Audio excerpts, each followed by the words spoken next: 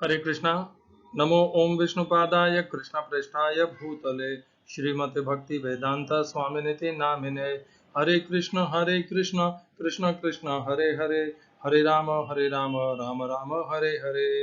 Srila AC भक्ति वेदांत स्वामी प्रभुपाद की जय। आचार्य महात्मा गांधी जी की जय। भगवद गीता 2020 में आपका स्वागत है। और चर्चा चल रही है 5वें अध्याय की। हमने कल प्रारंभ कर दी थी। आज 5वें अध्याय का दूसरा श्लोक की चर्चा हम करेंगे।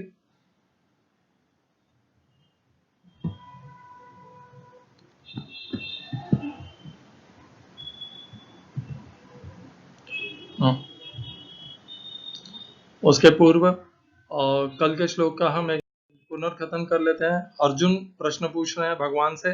संन्यासं कर्मणां कृष्ण पुनर्योगं च शंससि यच्छ्रेय एतयोरेकं तन्मे ब्रूहि सुनिश्चितम्। मनुष्य एक बार जो अपना मत और विचार बना लेता है वह प्रयत्नशील रहता है कि उस मत और विचार के अनुसार आचरण कर सके। अत्यंत प्रयत्नशील रहता है, बारंबार प्रयत्न करता है कि वह अपने चुने हुए या अपने उसे जो प्रिय लगता है उस मार्ग और पथ को पे वह चल पाए। परंतु गुरु जैसे भगवान श्री कृष्ण है, अर्जुन ने गुरु भी चुना तो किन्हें? स्वयं पूर्ण पुरुषोत्तम भगवान श्री कृष्ण को। और वे उनके होते हुए अर्जुन कोई ऐसा मार्ग चुन ले जो अर्जुन के लिए सही नहीं है, यह हो नहीं सकता। तो भगवान श्री कृष्ण अर्जुन को अर्जुन के ही द्वारा चुने गए, जो अर्जुन को प्रिय लगे उस मार्ग पर चलने नहीं दे रहे थे। अर्जुन को प्रिय था कि वे अर्जुन युद्ध से संन्यास लेकर के भिक्षा करके जीवन व्यतीत करें, जंगल में चले जाएं और इस प्रकार संन्यास का जीवन व्यतीत करें। परंतु भगवान कृष्ण उन्हें वह करने नहीं दे रहे थे।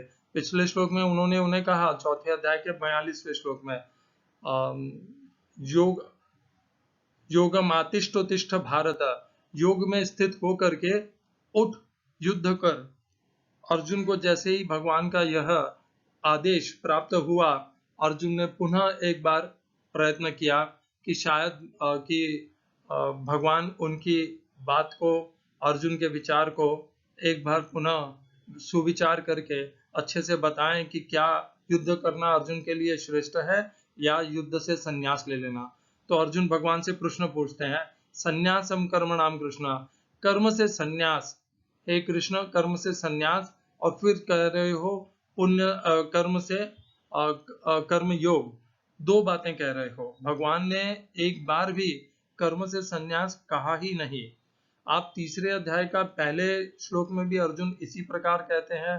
ये दोनों ही बार जब अर्जुन इस प्रकार का कहते हैं कि कर्मों से संन्यास का आपने कहा, अर्जुन देखा जाए तो असत्य कह रहे हैं। भगवान ने पूरी भगवत गीता में एक बार भी कर्म से संन्यास लेने का मत प्रस्तुत ही नहीं किया।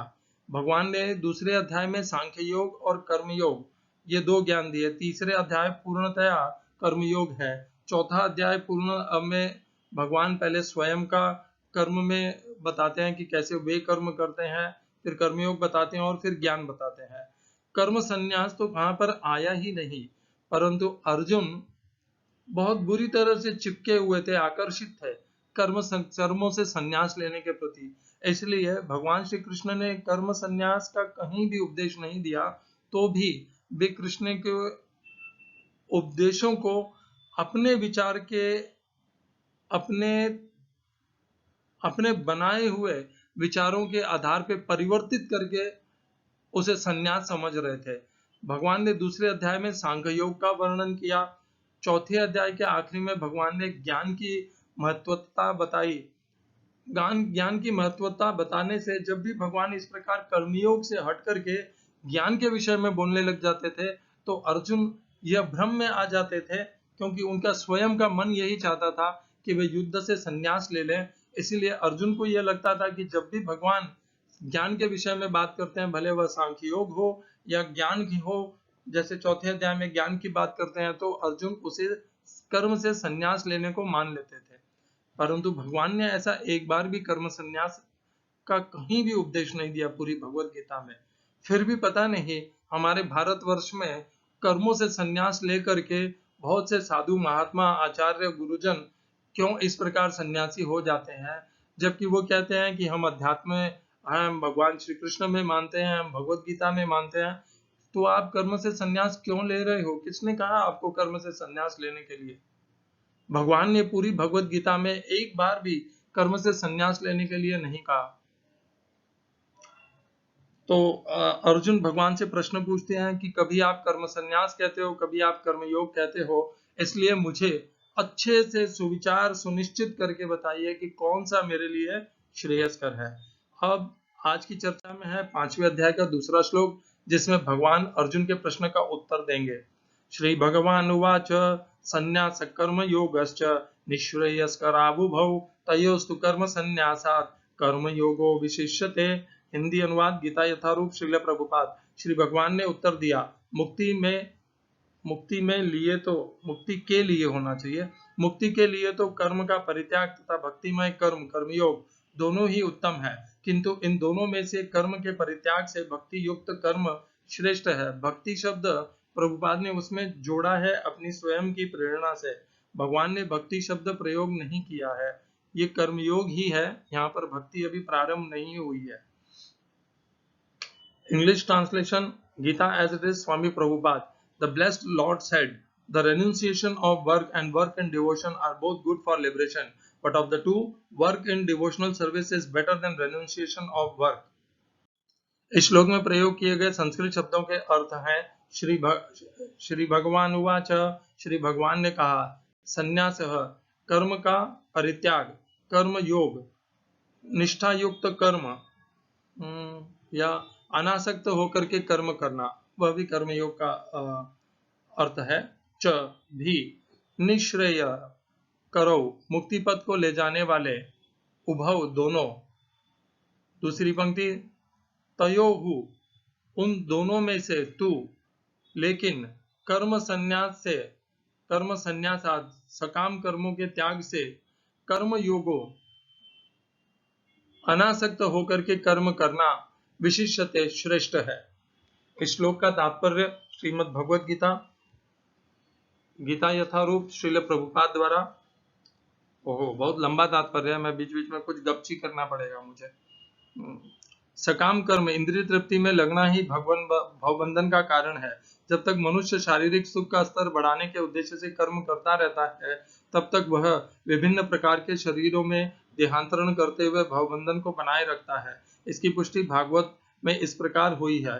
लोग इंद्रिय तृप्ति के पीछे मत्त हैं, वे यह नहीं जानते कि उनका क्लेशों से युक्त यह शरीर उनके विगत सकाम कर्मों का फल है। यद्यपि यह शरीर नाशवान है, किंतु यह नाना प्रकार के कष्ट देता रहता है। अतः इंद्रिय तृप्ति के लिए कर्म करना श्रेयस्कर नहीं है।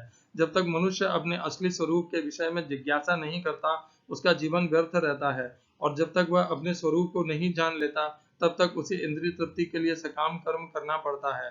और जब तक वह इंद्रिय तृप्ति की इस चेतना में फंसा रहता है, तब तक उसका देहांतरण होता रहता है। भले ही उसका मन सकाम कर्मों में व्यस्त रहे और अज्ञान द्वारा प्रभावित हो, किंतु उसे वासुदेव की भक्ति के प्रति प्रेम उत्पन्न करना चाहिए। केवल तभी वह भवबंधन से छूटने का अवसर प्राप्त कर सकता है। अतः यह ज्ञान ही कि वह आत्मा है, शरीर नहीं, मुक्ति के लिए पर्याप्त नहीं। जीवात्मा के स्तर पर मनुष्य को कर्म करना होगा, अन्यथा भवबंधन से उबरने का कोई अन्य उपाय नहीं है। किंतु कृष्ण भावना भावित होकर कर्म करना सकाम कर्म नहीं है। पूर्ण ज्ञान से युक्त होकर किए गए कर्म वास्तविक ज्ञान को बढ़ाने वाले हैं।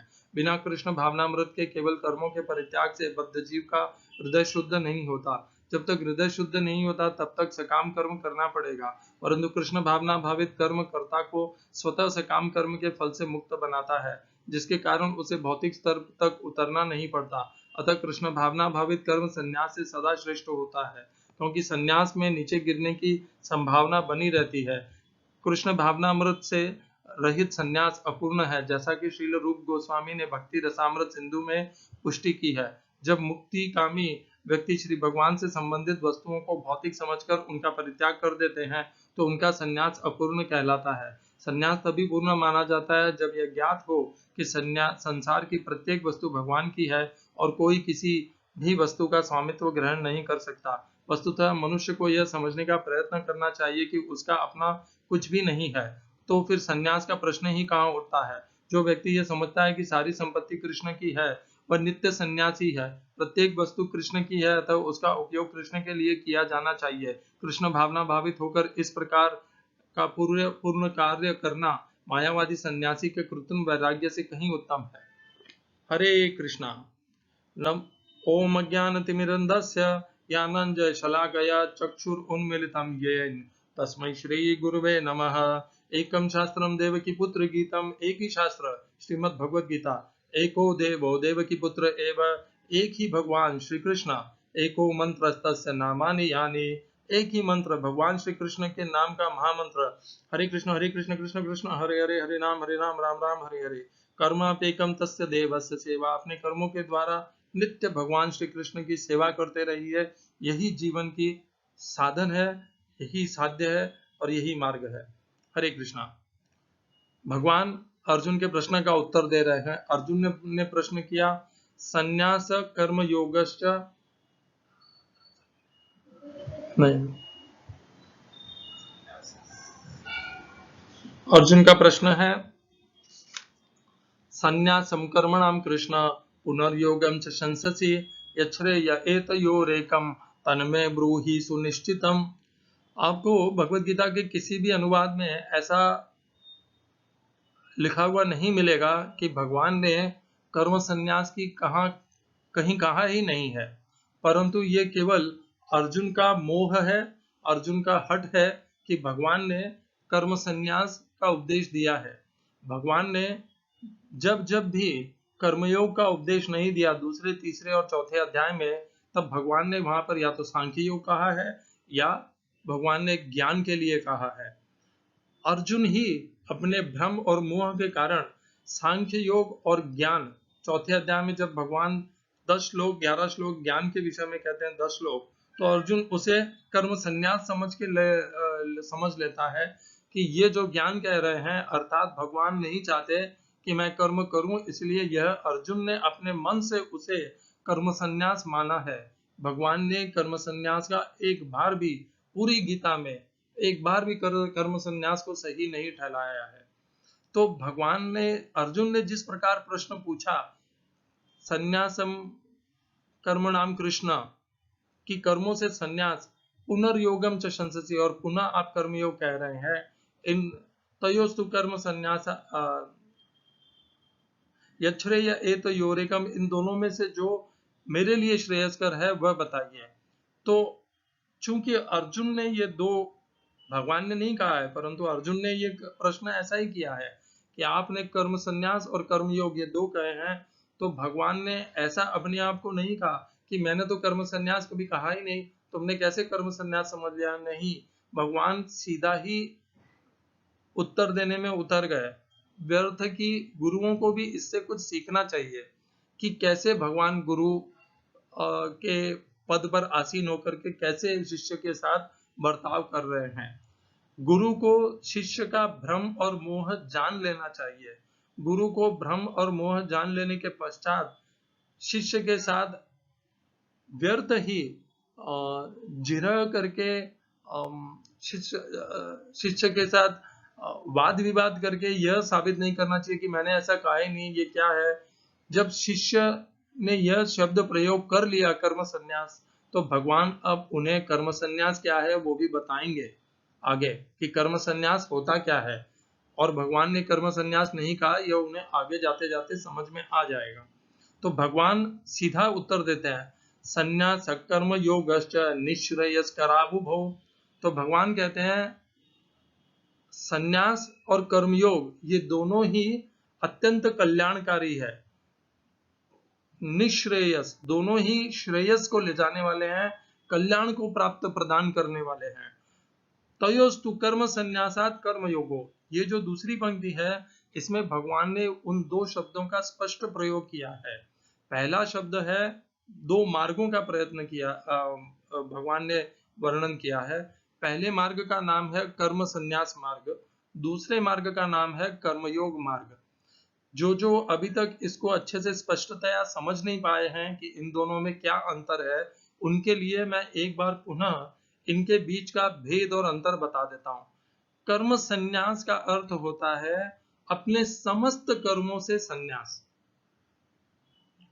और कर्मयोग का अर्थ होता है कि कर्म तो जो कुछ भी स्वधर्म है उसको स्वधर्म के निमित्त करना ही है, यज्ञ के निमित्त भी करना है, परंतु उन कर्मों को करते समय उन कर्मों में अहंकार ममता नहीं होना, कर्ता का भाव नहीं होना, उन कर्मों के फलों में आसक्ति नहीं होना, उन कर्मों को के पीछे अपने आप को हेतु न समझना, ये सब भाव लेकर के जब मनुष्य कर्म करता है तो वह कर्मयोग हो जाता है।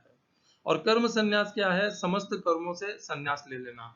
तो उदाहरण में है, जो गेरुआ वस्त्र धारण करके साधु आचार्य जंगल में चले जाते हैं और जंगल में जा करके वर्षों वर्ष तपस्या करते हैं, अपने स्वधर्म का त्याग करके वहां पर कर्म संन्यास करते हैं। कर्म संन्यास उसे जो संन्यास कहते हैं वही कर्म संन्यास है, क्योंकि उन्होंने अपने कर्मों का से ही संन्यास कर लिया है, कर्म में स्वधर्म भी आ गए। परंतु कर्म योग कैसा है कि आप जहां पर हैं, जिस सामाजिक परिस्थिति में है, जिस श्रेणी में है, जिस वर्ण में है, वहीं पर स्थित रहिए, वहां से अपने स्वधर्म का त्याग मत करिए, अपने स्वधर्म को निभाइए।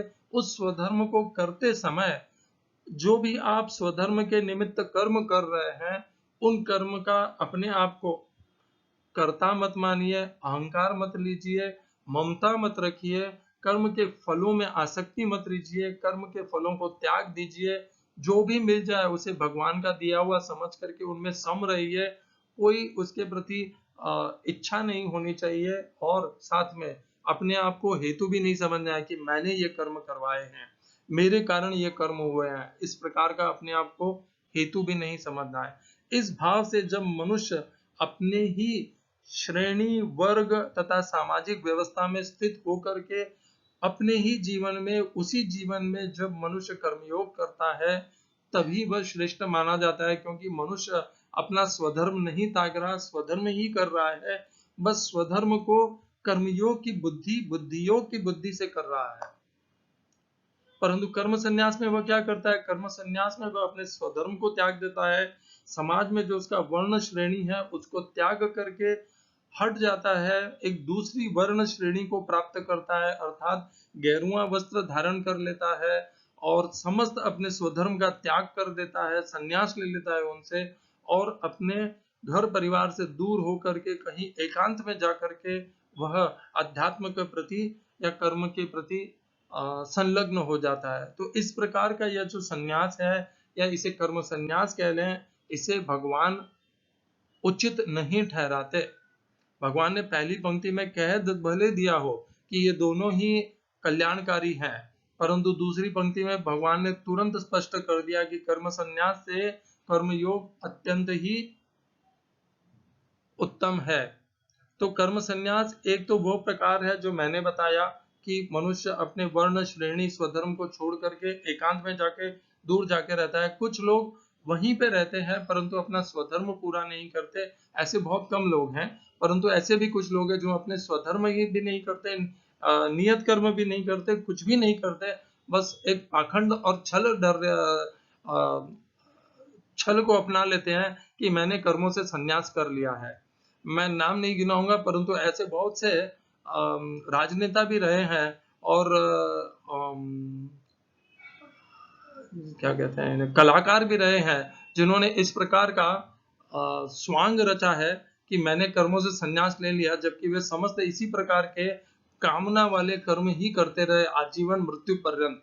फिर भी उन्होंने इस प्रकार अपने आप को कह दिया कि मैंने कर्म संन्यास ले लिया है। तो भगवान इन दोनों में से कर्मयोग को विशेष कहते हैं, और उसके बहुत से कारण है।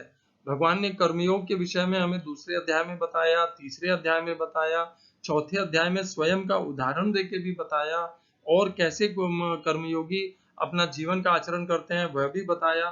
तो कर्मयोग के विषय में भगवान पिछले 3 अध्याय से हमें समझाते आ रहे हैं कि कर्मयोग करने हैं हमें और अर्जुन को।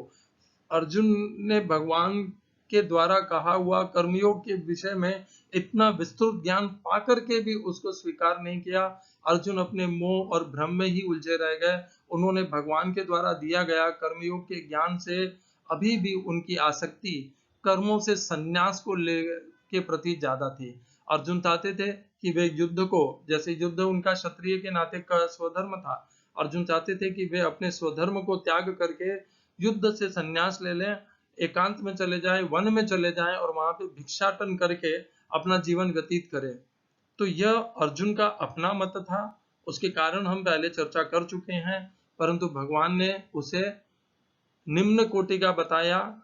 आगे तो जाके भगवान उसे व्यर्थ भी बता देंगे 18वें अध्याय में। श्रेष्ठ तो यही है कि मनुष्य सदैव कर्मयोग का आचरण करे।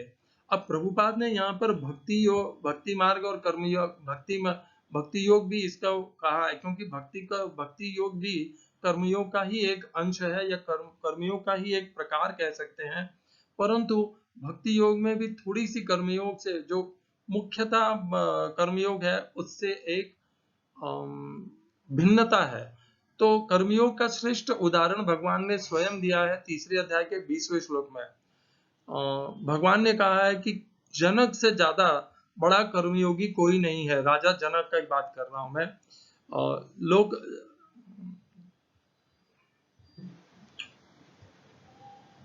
लोक संग्रह में वापी संपश्चन कर्तुम अर्हसि। 3 अध्याय का 20वां श्लोक भगवान कहते हैं, तो जनक से ज्यादा भगवान किसी और का उदाहरण पूरी भगवत गीता में नहीं देते। कर्मणैव हि संसिद्धिम आस्थिता जनकादयः लोक संग्रह में वापी संपश्चन कर्तुम अर्हसि। तो कर्मों से सिद्धि प्राप्त करने के लिए जनक ने भी कर्मयोग का आश्रय लिया था। कैसे राजा जनक कर्मयोगी थे?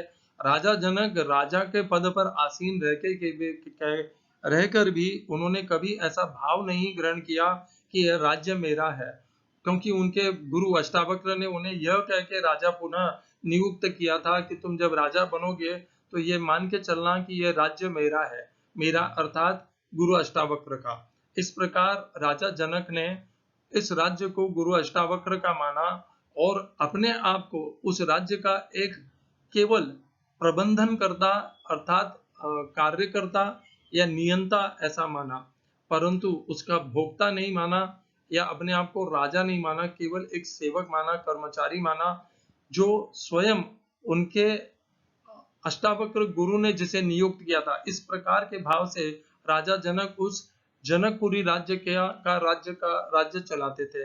इस प्रकार से, इस भाव से वे उस राज्य का पालन करते थे। तो ममता नहीं थी, अहंकार नहीं था कि यह राज्य मेरा है। कभी उनके अंदर क्रोध नहीं आया, अहंकार नहीं आया, ममता नहीं आया, और न संपत्ति और वैभव और ऐश्वर्य की कभी ये रही भावना कि ये सब मेरा है। पूर्णतया अनासक्ति को प्राप्त हो गए।